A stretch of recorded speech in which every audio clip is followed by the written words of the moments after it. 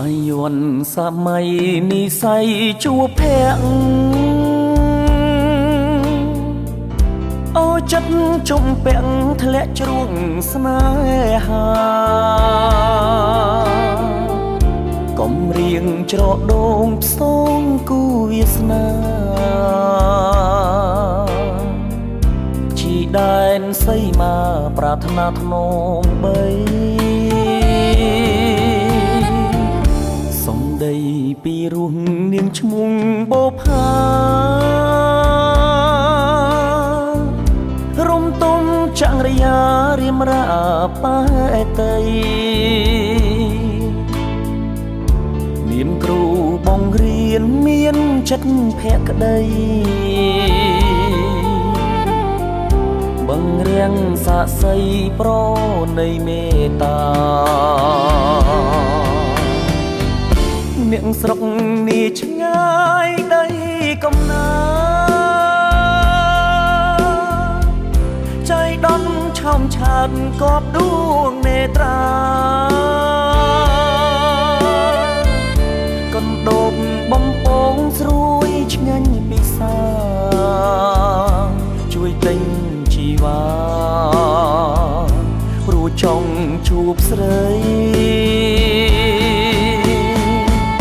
អូនអ្នកកំពតមកបាត់ដំបងគ្រូកំឡងបងសូមអូនប្រណី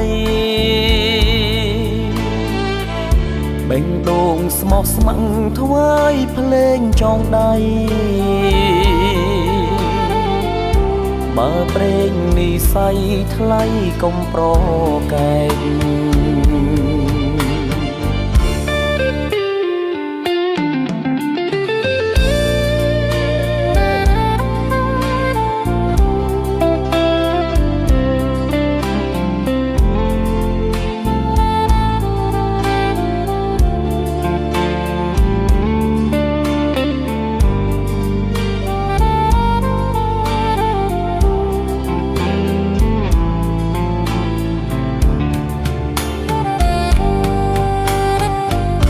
នាងស្រុកនេះឆ្ងាយដី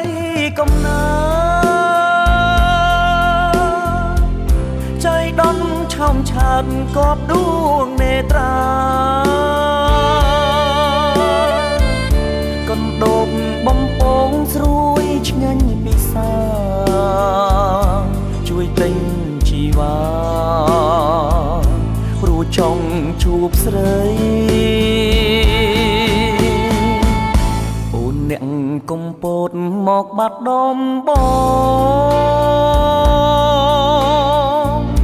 គ្រូកំឡងបងសូមអូនប្រណីបេងដូងស្មោះស្ម័គ្រថ្វាយភ្លេងចងដៃបើព្រេងនិស័យថ្លៃកុំប្រកែក